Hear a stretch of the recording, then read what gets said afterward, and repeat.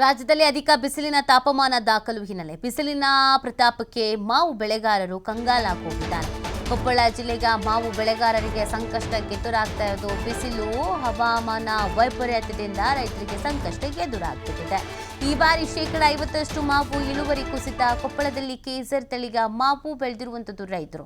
ಇಳುವರಿ ಕಡಿಮೆಯಿಂದ ಕಂಗಾಲಾಗಿರುವಂಥದ್ದು ಮಾವು ಬೆಳೆಗಾರರು. ನೋಡಿ, ಇಳುವರಿ ಕಮ್ಮಿ ಆಗ್ಬಿಟ್ಟಿದೆ ಪಾಪ, ಹಾಗಾಗಿ ರೈತರು ಕಂಗಾಲಾಗಿದ್ದಾರೆ. ಒಂದು ಕಡೆಯಲ್ಲಿ ಹವಾಮಾನ ವೈಪರೀತ್ಯ, ಒಂದು ಕಡೆಯಲ್ಲಿ ವಿಪರೀತವಾದಂಥ ಬಿಸಿಲು, ಇದರಿಂದ ರೈತರಿಗೆ ಸಂಕಷ್ಟ ಎದುರಾಗಿದೆ. ನಾರ್ಮಲ್ ಆಗಿ ಬೆಳೀತಾ ಇದ್ದಿದ್ದಕ್ಕಿಂತ 50% ಮಾವು ಇಳುವರಿ ಕುಸಿತ ಆಗ್ಬಿಟ್ಟಿರೋದು. ಆತಂಕಕ್ಕೆ ಒಳಗಾಗಿದ್ದಾರೆ ಇದೀಗ ರೈತರು.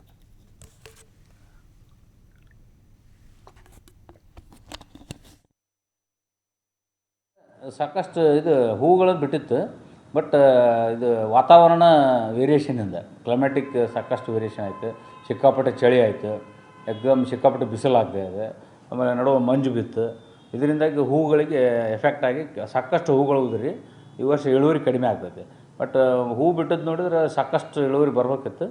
ಬಟ್ ವಾತಾವರಣದ ಸಮಸ್ಯೆಗಳಿಂದ ಇಳುವರಿ ಕಡಿಮೆ ಆಗ್ತೈತಿ. ಇಲ್ಲ, ಇದಕ್ಕೆ ಪ್ರಸ್ತಾವನೆ ಏನಕ್ಕೆ ಇದು ಸರ್ಕಾರದಿಂದ ಅದಕ್ಕೆ ಯಾವುದೇ ರೀತಿಯ ಪರಿಹಾರ ಅನ್ನೋದು ಹೆಂಗೆ ಅಂತ ಹೇಳಿದ್ರೆ, ಎಲ್ಲರೂ ಇನ್ಶೂರೆನ್ಸ್ ಮಾಡಬೇಕು.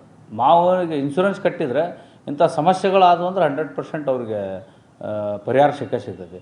ಯಾಕಂತಂದ್ರೆ ಇದು ವಾತಾವರಣ ಇದರಿಂದ ಯಾಕಂದರೆ ಸಾಕಷ್ಟು ಜನ ಚೆನ್ನಾಗಿ ಬಂದಿತ್ತು, ಕೆಲವೊಂದಿಷ್ಟು ಮೇಂಟೈನು ಮಾಡ್ಬೇಕಾಗತ್ತೆ. ಕೆಲವ್ರು ಮೇಂಟೈನ್ ಮಾಡಲಿಲ್ಲ ಅಂದ್ರೆ ಅಂಥರ ಹೂಗಳು ಉದುರಿದವು.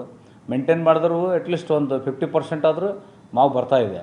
ಆಮೇಲೆ ಈಗ ಮಾವು ಕಡಿಮೆ ಆಯ್ತು ಅಂದ್ರೆ ರೇಟ್ ಹೆಚ್ಚಾಗ್ತೈತೆ, ಅಲ್ಲಿ ರೇಟನ್ನು ಕಂಪನ್ಸೇಷನ್ ಆಗ್ಬೋದು.